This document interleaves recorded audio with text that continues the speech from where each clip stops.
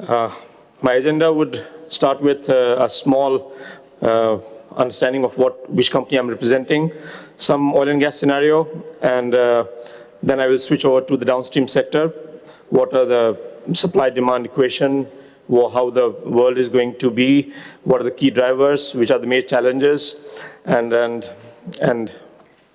just a second.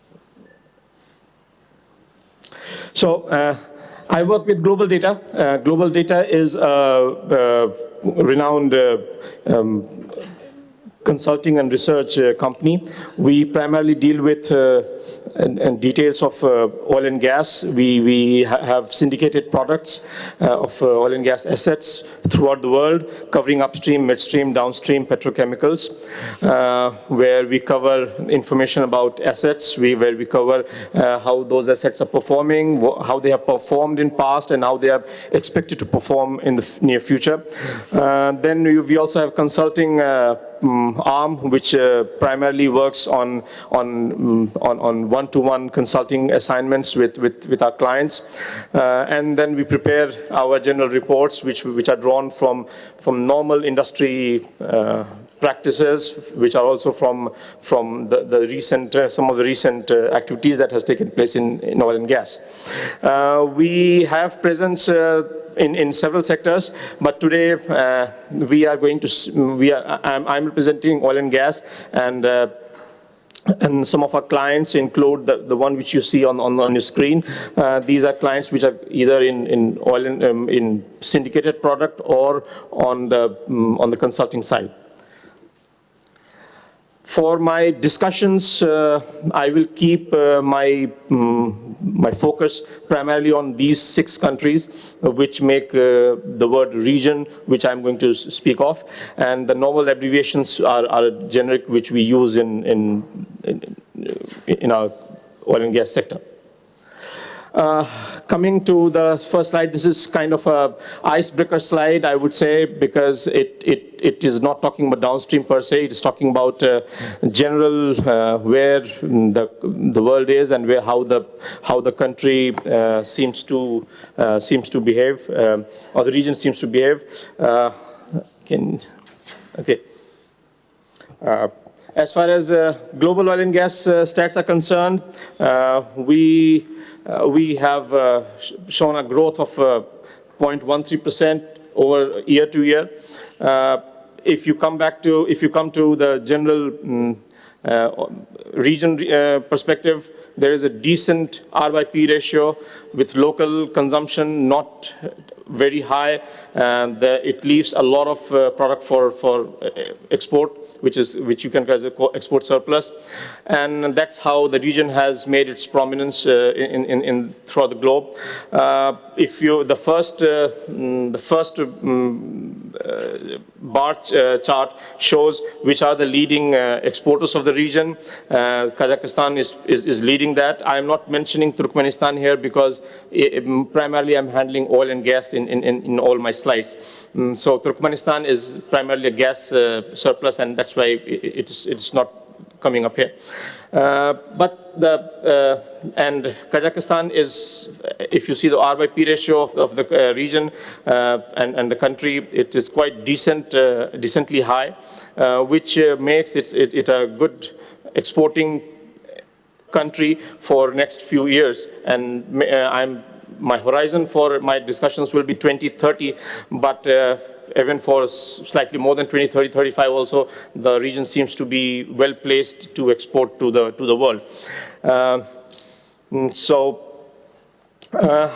On the import side, Europe is the primary beneficiary of the export, and that is that could be a slight worry because of the reason that, as you know, all the discussions which are going on plastics and emission norms, Europe is a region which could get impacted the most.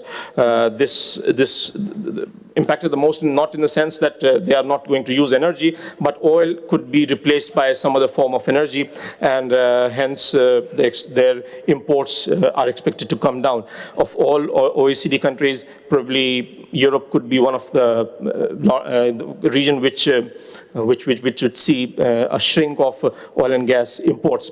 And that has primarily opened gate for Kazakhstan and other countries of the region excuse me, to look beyond Europe, and China is one country.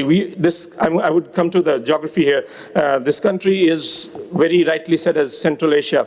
It is central to the Asia, and if you see on one side you have, on the northern side you have Russia, which is an oil and gas supplier. On your eastern side you have a great country of China, which is going to be a guzzler of energy in next decade or so. These are some of the region, some of the assets, some of the fields which are going to, which are producing right now at the prime, and they are expected to have expansion going forward. Coming to, this is the one which I would say I would like to focus my time on. This is the global, if you see the top graph, you will see that the US has a dwindling share of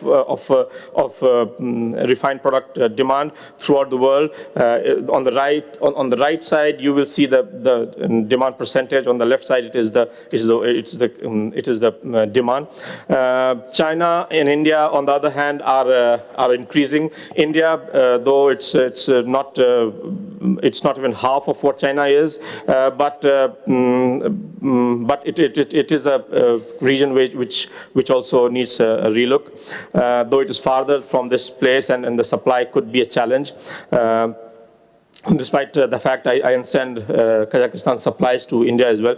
China is a country to watch, and where I think the focus is, rightly the focus of the region is on China. On the bottom part, I think this shows the region capacity versus demand. The capacity, if you see, is as of now, the dotted lines show the future. The straight line, with the line which you're seeing on the fixed line is showing the current the historical capacities. The region has shown a growth in 10 to 18, and is expected to show, if you consider that the use of, I mean, it's kind of a we call it steady state growth, which does not consider some of the hiccups that we keep talking about regarding plastics or shift to another form of energy. Though the region has already made some advances in alternate energies, but I still feel that, I mean, this is a general feeling that we will see the growth of usage even in this country and the countries which are nearby, especially Asia.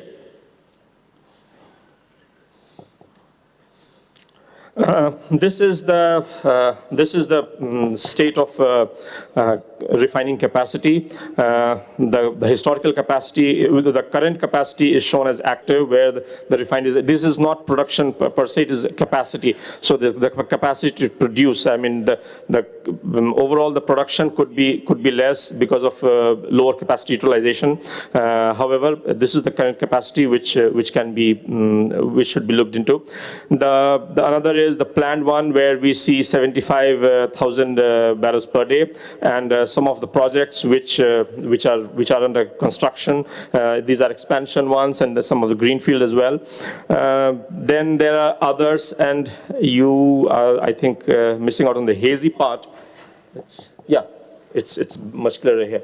The hazy part shows where the announcements have been made. However, it is yet to get financial confirmation, or maybe the discussions has not gone to this state where we can say that for sure the construction is going to be in the next 10 years.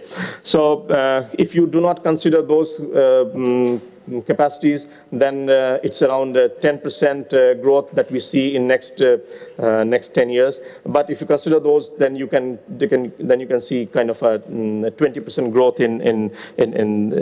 by the time. Very rightly, the country has focused its attention on expansion rather than going for modernization, rather than going on for newer refineries. There have been few refineries which have been planned, but and they're going to show the production in next coming few years.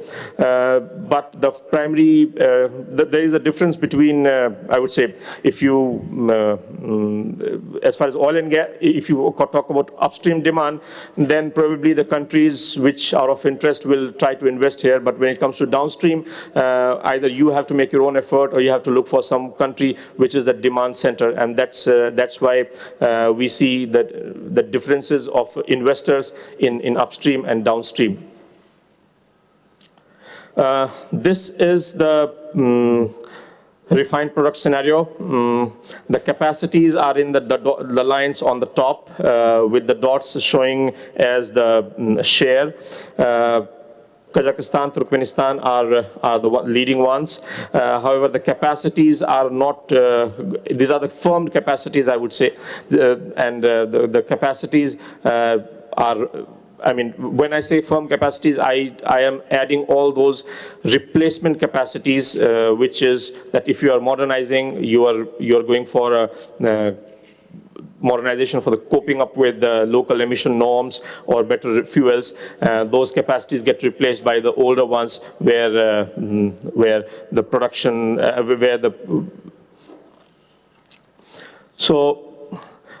coming to the petrochemical part, the usual suspects are ethylene and propylene. Considering this is half of the entire production at this point in time, and going forward also they will have prominent place globally. Whatever methanol production hike you're seeing, many of these methanol to olefins will ultimately be adding on to the olefin production. China, as suspected, or as being the demand center, is the one which is coming up with the highest of MTO plans, and in a short term we see some kind of a capacity glut because of these capacity additions. Down below, the ethylene and propylene production demand numbers are given. If I am running fast, please let me know, because on the other side I have a timer which forces me to slightly look on. The reasons are usual reasons: rapid urbanization along with industrialization, and this region is no exception. It has a lower per capita usage of petrochemical, if you compare it with the global standards. Almost 40%, or even slightly less than that of the global per capita usage. So there's a lot of scope as far as if you take region as a in consideration, that there's a lot of scope for improvement of domestic consumption. Having said that, the entire motto of the region is, and it should be, that you have a feedstock advantage, and your local consumption is also not that great, which leaves a lot of scope for exports. Very rightly, you are placed along with China, which makes a very good option to ensure that China gets exported, products get exported to China and other countries in Asia. This is the petrochemical capacity, which is going to, which we expect is going to show up in next 10 years. And the if you see 2030 capacity, if you include the hazy part on the top, you will see that there is, I mean, it's almost 2.5 times of what we see today. Some of them may or may not come, but having said so, I understand that despite that, there'll be good capacity coming up in the region.